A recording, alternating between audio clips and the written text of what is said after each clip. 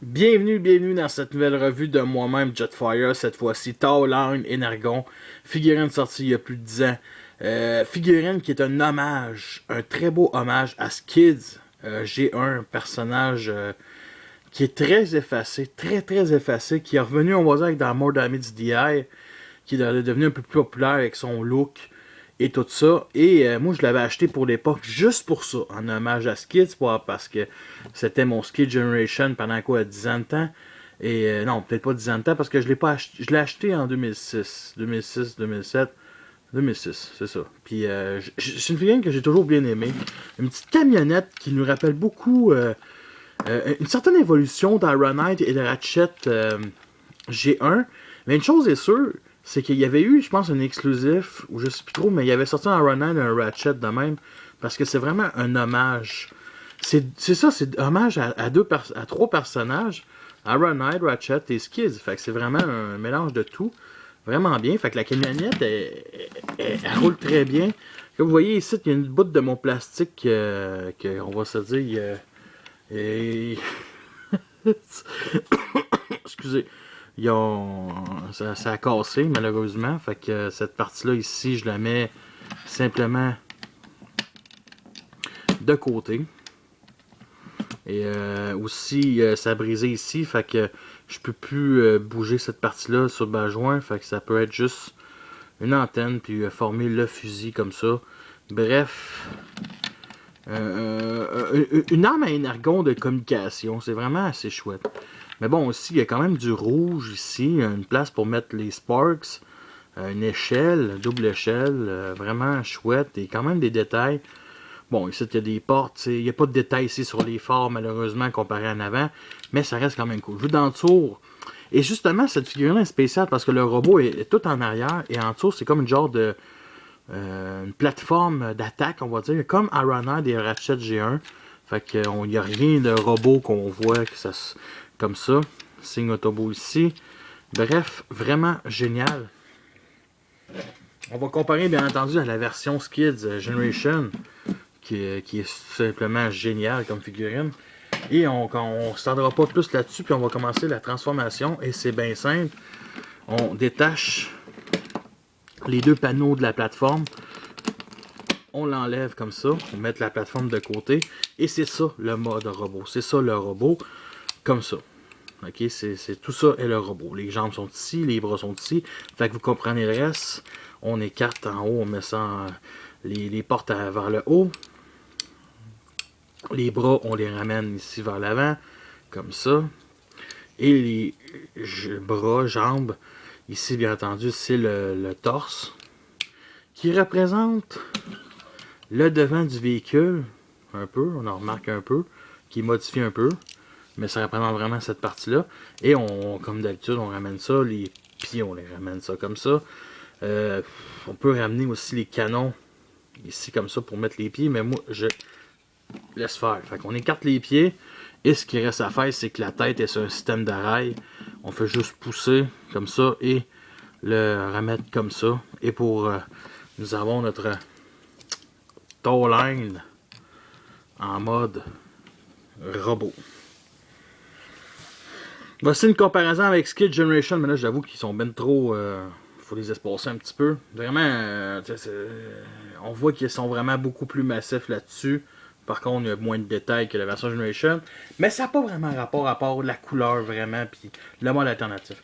Bien entendu, il nous donne une plateforme qui peut se transformer en genre de plateforme, je dirais pas cybertronienne, mais quelque chose où que on peut faire. On peut bien entendu la mettre un peu plus haute, comme ça. Comme ceci. Et je l'avais mettais souvent dans ma collection comme ça, quand j'avais plus d'espace dans ma collection, il y a plus de 5 ans. Fait que c'est quand même bien. Bien entendu, c'est les parties, les Deluxe Energon et les Voyagers avaient quelque chose qui pouvait se combiner. Bien entendu, je vais vous montrer plus le monde combinaison avec mon autre Deluxe du nom de Downshift, qui est un hommage à Wheeljack.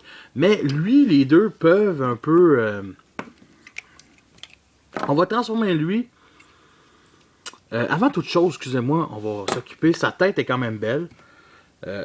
Très belle. Bon, okay, je capoterai pas, là. C'est une tête assez typique de Autobot. Aucun rapport avec vraiment Skids. Attendez. Rapport. Mais semble que. Ok, ils se ressemblent pas. Mais. Ils ont les mêmes yeux. Non, mais tu sais, c'est spécial. Mais sa tête, vraiment un typique d'Autobot pour l'époque, c'est quand même correct. C'est juste double couleur. Malheureusement, ça a été cool. Je pense que les yeux sont peints un peu plus bronze-brun comparé à la face qui est vraiment bronze. Mais bon. Côté articulation, c'est assez bien simple. Bas joint ici. Non, excusez-moi, pivot, qui peut pivoter assez loin. Bas joint ici, articulation, rien ses mains. La tête. Elle peut tourner de 60 degrés, mais c'est la première fois que je le fais. Bas joint ici, ses pieds. Peut pas tant que ça le lever parce que il se détache malheureusement. Donc, bas joint ici peut aller quand même assez haut. Articulation au genou, mais ça c'est une étape de transformation. Et les pieds peuvent faire ça, mais ça c'est encore une autre étape de transformation. Est-ce qu'on peut y faire une belle passe d'attaque? Je crois que oui, man. Même si c'est... je pense pas finalement. Mettre son canon ici. Essayer de mettre... Bon.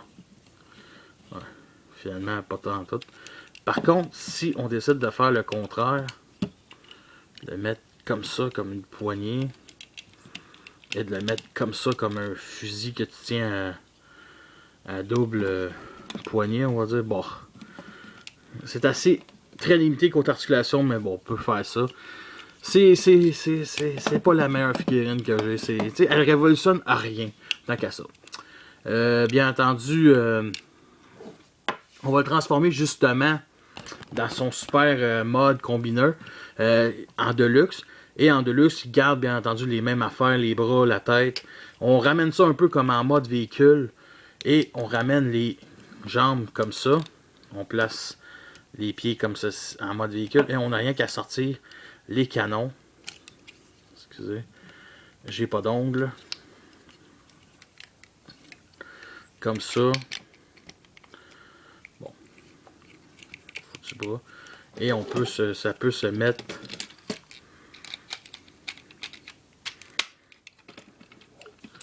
comme ça. Et c'est fucking ridicule. C'est ridicule assez. On va se dire c'est ridicule.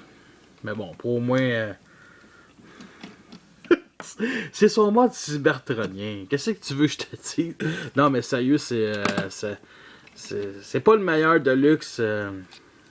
La plateforme, tant qu'à moi, elle sert pas grand chose. Elle sert juste pour que ça soit vraiment une plateforme. Excusez-moi, d'artillerie. Fait qu'on va le retransformer